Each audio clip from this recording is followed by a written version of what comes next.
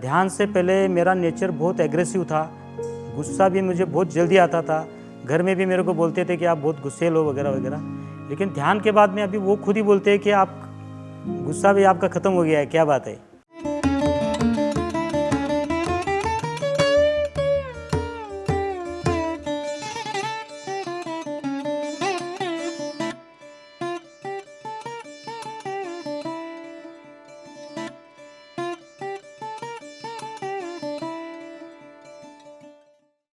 मेरा नाम संजय पोद्दार है। मैं इचलकरंजी से बिलोंग करता हूँ और विगत में 7-8 साल से ध्यान क्षेत्र में हूँ। पूना में तेज ज्ञान फाउंडेशन में मैं फर्स्ट टाइम ध्यान सीखा था। वहाँ वो अंडरस्टैंडिंग के साथ ध्यान सिखाते। फिर ध्यान में इतना बैठना नहीं होता था, तो विगत 2-3 साल से मैं ध्यान कर नहीं पा रहा था। और जैसे जैसे मैं पीएमसी से जुड़ा तो मैं ध्यान में बैठने चालू कर दिया। कई बार मैं 1-1 घंटा 2-2 घंटा सुबह 4 बजे उठ के भी बैठता था। और अचानक एक दिन ऐसा हुआ कि मेरा वाइब्रेशन महसूस होते थे पहले, लेकिन कोई ऐसा तकलीफ नहीं देता था। और एक दिन अचानक ऐसा हुआ कि बहुत ज़्यादा वाइब्रेशन मेरे सहस्त्र पर और आज्ञा चक्र पर होने लग गए। और एक जो साउंड आती है अनहद नाद की, उसका थोड़ा बहुत तेज़ आवाज़ आने की वजह से मैं थोड़ा डिस्टर्ब हो गया था वो। तो उसके बाद में मैंने 2-3 महीने के लिए ध्यान पूरा बंद कर दिया था, लेकिन वो डिस्टर्बेंस वैसा ही बना रहा। तो फिर मेरे अंदर अलग अलग विचार आते थे कि ये जो आ रहा है ये मैं गलत कर रहा हूँ, सही कर रहा हूँ, क्या नहीं। और पूछूँ तो किसको पूछूँ, डॉक्टर को देखा है तो डॉक्टर बोलते हैं सब नॉर्मल है। फिर अचानक हमारी मुलाकात हुई पत्री जी सर से। हमने पिरामिड बनाया यहाँ बेड़क्याल में, और बेड़क्याल में वो इनॉग्रेशन के लिए आए थे 2021 में, जनवरी 2021 में आए थे। तब उनसे मुलाकात हुई, तो तब मैंने उनको ये मेरा प्रॉब्लम बताया उनको। तो उन्होंने कहा कुछ नहीं है, आपका थर्ड आई एक्टिवेशन के प्रोसेस में है, तो आप कंटिन्यू 3 घंटे ध्यान करो। उसके बाद में भी मैंने बहुत कोशिश की, लेकिन 3 घंटे तक मैं बैठ नहीं पाया था। कुछ बॉडी पेन थे, ये थे, लेकिन धीरे धीरे ध्यान, फिर उन्होंने बोला ये सब निगलेक्ट कर दो और आप कंटिन्यू ध्यान चालू रखो, बस जो हो रहा है होने दो, जो बॉडी में हो रहा है वो होने दो वैसा। तो वो करते समय महसूस हुआ कि कुछ बॉडी पेन थे वो अपने आप ठीक होने लग गए। और जो मेरा एनर्जी लेवल था वो भी बहुत हाई हो गया। कई बार तो मैं एक दिन में 3 घंटा सोकर भी पूरे दिन फ्रेश रहता था। सुबह 8 बजे उठ के मैं मेरे काम या डेली फैक्ट्री वगैरह रूटीन में वो चला जाता था मैं। उसके बाद में मैंने लोगों को भी ध्यान सिखाना चालू किया। हमने यहाँ पिरामिड जो बनाया था बेड़क्याल में, वहाँ पर हम लोग हर पूर्णिमा के दिन में, हम मेरे दोस्त लोग हैं या जो इंटरेस्टेड है ध्यान में, उनको हम लेके जाते थे वहाँ पे। और जो न्यू कमर्स है उनको भी हम ध्यान सिखाते थे, किस तरह आनापान सती ध्यान करना है। हाँ, अभी ऑलरेडी भी सिखा रहे हैं, हम लोग ध्यान सिखा रहे हैं। और वो लोग जुड़ने के बाद में उनके जीवन में भी बहुत बड़ा परिवर्तन आया। और वो लोग अभी रेगुलर हम ध्यान हर पूनम के दिन करते ही है वहाँ पे। और दूसरी बात है, पिरामिड के अंदर जो एनर्जी रहती है वो शुरुआत में तो फील नहीं हुआ मेरे को, लेकिन बाद में जैसे जैसे हम करने लगे तो वहाँ की एनर्जी में और बाहर की रेगुलर एनर्जी में जो डिफरेंस है वो मैं खुद कंफर्म कर पाया कि वहाँ एक 15 मिनट ध्यान करते और अपन घर में 1-2 घंटे ध्यान करते, वो कितना इक्वल है। तो पिरामिड में ध्यान करना सच में बहुत बड़ा मिरेकल है। वहाँ के वाइब्रेशन को आप महसूस कर सकते हो, तुम्हारे बॉडी के ऊपर वो वाइब्रेशन या तुम्हारे सहस्रार पर वो वाइब्रेशन फील होता है पूरी तरह।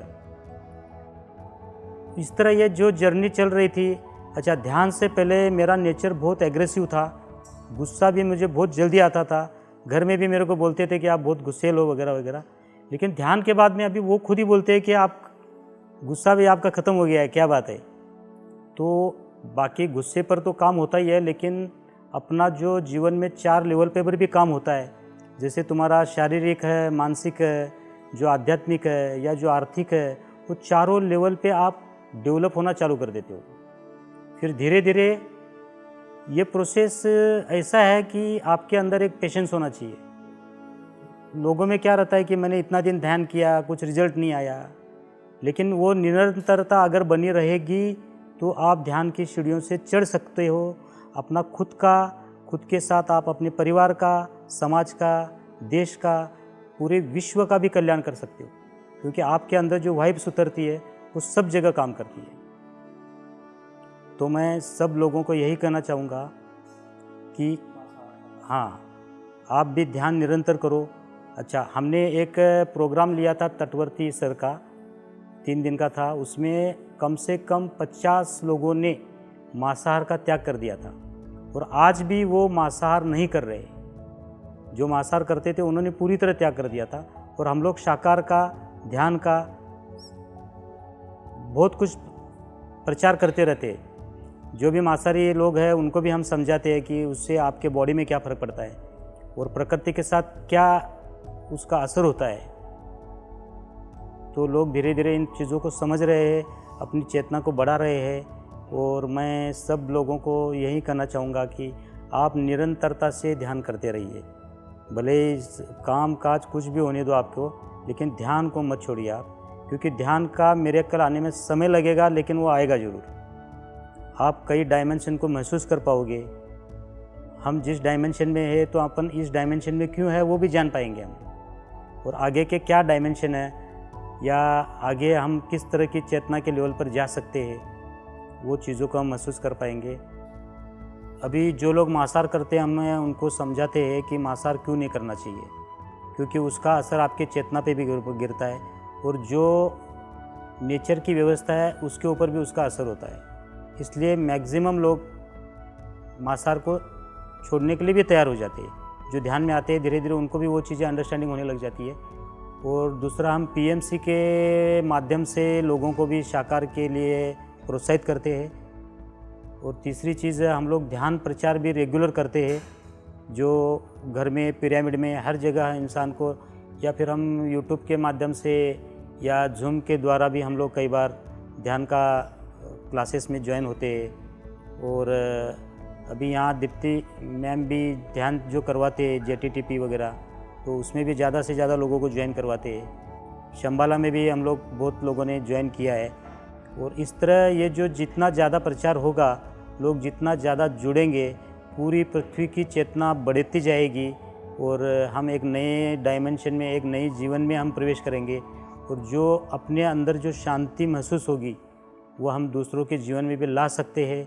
इसलिए मैं सबसे आग्रह करूँगा कि आप सब लोग ध्यान करिए, शाकाहार करिए और इसको निरंतर जारी रखिए।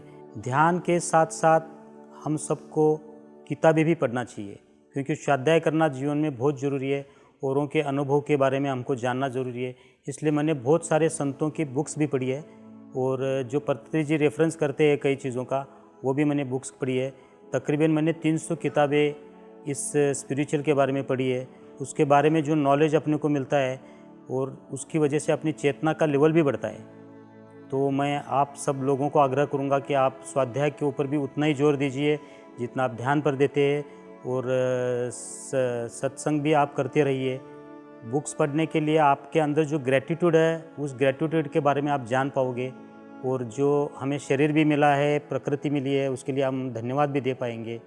और इसलिए सारे जितना आप स्वाध्याय करोगे उतना चेतना के लेवल का आप बढ़ता जाएगा। इसलिए स्वाध्याय भी बहुत ज़रूरी है। तो जितने भी बुक्स है तो आप ज़रूर उसे पढ़ो, ये मैं ज़रूर रिकमेंड करूँगा। हालांकि मैं यहाँ डायरेक्ट बुक का तो नाम नहीं दूंगा, आपको बताऊँगा नहीं, लेकिन आप जितने भी है, सीक्रेट के बारे में है, डॉक्टर मर्फी के बारे में जो भी किताब है, अचेतन मन के बारे में है, या जो भी थर्ड आई के बारे में भी है, तीसरी आँख बोलकर एक बुक्स है, वो भी बहुत शानदार किताब है। डॉक्टर राम के बारे में है, वो भी सबको पढ़ना चाहिए किताब, बहुत सुंदर किताब है।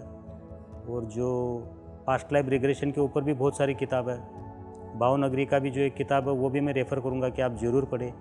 उसमें भी उन्होंने बहुत सारे डायमेंशन के लेवल के बारे में बताया गया है। मैं पत्री जी से कहा था कि मेरे इस तरह के वाइब्रेशन हो रहे हैं, या आप मेरे को शक्तिपात के कुछ बारे में बता सकते हो क्या?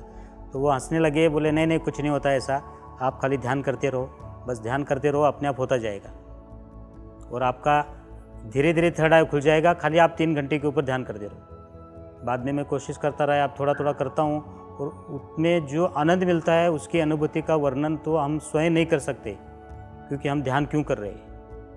लोग कहेंगे कि क्या आँख बंद करके बैठ गए, कुछ करते नहीं है, लेकिन वो भी कुछ करना है, कुछ नहीं करना भी बहुत कुछ करना है।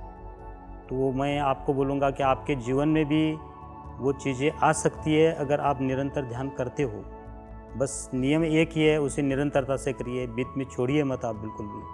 उसके रिजल्ट के बारे में कोई कल्पना मत करिए, वो आता रहेगा, आप उस आनंद को महसूस करते रहिए। मैं आप सभी को कोटि कोटि धन्यवाद देता हूँ। पत्री सर को कोटि कोटि धन्यवाद, दीप्ति मैम को कोटि कोटि धन्यवाद। धन्यवाद। PMC हिंदी बदले जी